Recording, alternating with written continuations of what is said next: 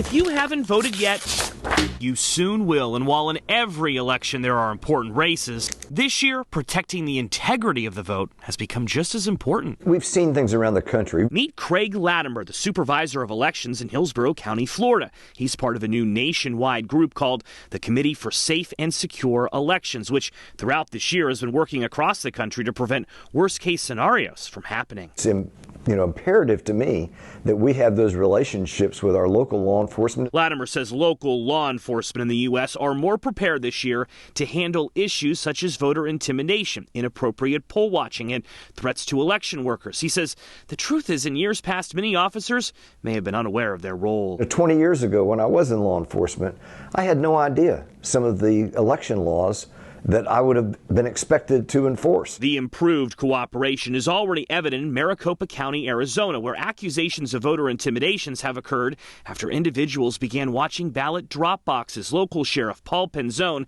who is also a member of the Committee for Safe and Secure Elections, has deployed officers to protect locations. We will be present in as many places as we can. The effort to protect the vote isn't just a local one. The Department of Homeland Security, as well as the FBI and the Department of Justice, have devoted more resources to tracking threats from in and outside the U.S. in the coming days. This hotline number you can see on your screen has been set up for anyone to call. FBI agents have been instructed to thoroughly investigate complaints. We have 4 lawyers here. And then there is the legal fight brewing on both sides. More than 100 lawsuits have already been filed ahead of the midterms across the U.S., targeting everything from early voting to voter access. Thar Hasibola runs the ACLU of Nevada. He says in battleground states like his, civil liberty groups have recruited dozens of lawyers to be on the ready to head to court should any controversies arise through Election Day. It seems to be that courts are the last stand, and democracy-based lawyering right now is becoming more of a critical focus, I think. In Washington, I'm Joe St. George.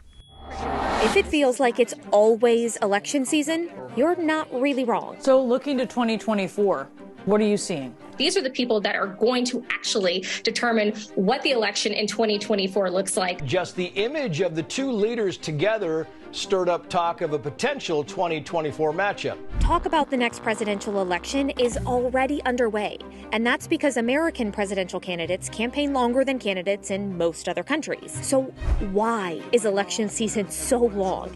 In part, because it can be. The clearest answer here is that the American election system goes on and on and on because we don't have a law limiting how long the election season goes. Also responsible for the never-ending campaign cycle in the U.S., former President Jimmy Carter. He started campaigning for the 1976 election in early 1975, crisscrossing Iowa nearly a year before the state's caucuses. That start early strategy caught on. It really is in 1976 where you start to see these primaries proving themselves not just as a way for a candidate to get their foot in the door early, but as an important place that you have to prove yourself in order to win the nomination down the line. Money is another reason campaign season never seems to end, according to political science professor Michael Traugott. American campaigns are very expensive. The candidates need a lot of time to raise as much money as they can. Presidential candidates and political groups spent a total of $5.7 billion on the 2020 election.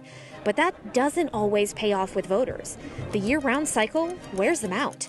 In a 2016 Pew Research survey, 59% of Americans said they were worn out of election coverage. But don't expect the nonstop campaigning to slow down anytime soon. This is the system that we have had and will continue to have for quite far into the future.